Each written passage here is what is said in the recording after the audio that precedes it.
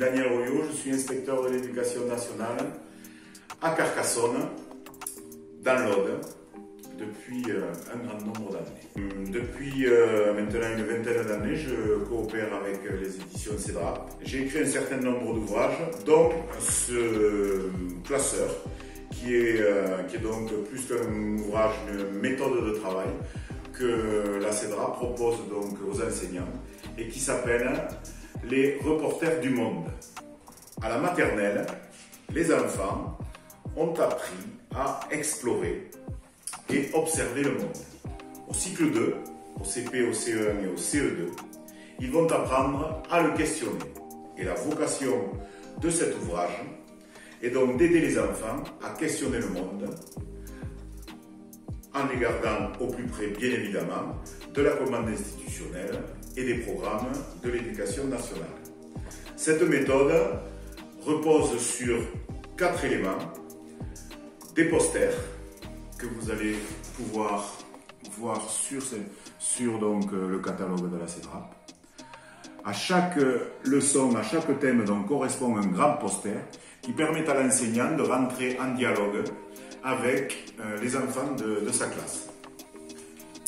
En plus de ces posters, l'enfant possède individuellement un carnet de reporter. Dans ce carnet de reporter, eh bien, il va pouvoir garder trace de ses expériences, prendre note de ses savoirs et quelque part illustrer le travail fait avec le maître.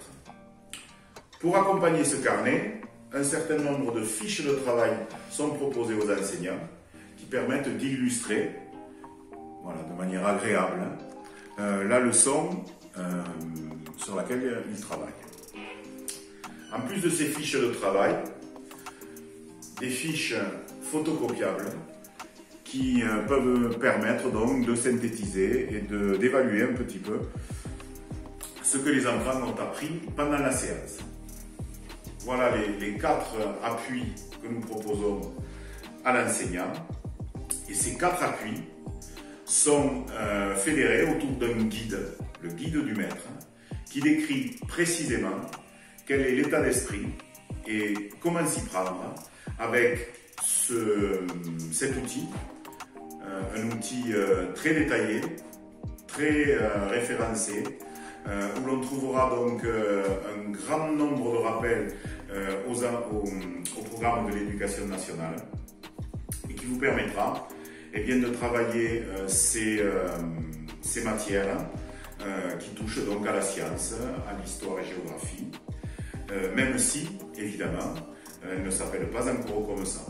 La volonté qui nous a guidés en créant cet outil, c'est de travailler dans un premier temps autour d'un apprentissage, d'un premier apprentissage donc scientifique autour du vivant, de la matière, des objets, et d'emprunter pour cela des façons de faire qui devraient aider à construire une approche citoyenne donc, de ces disciplines.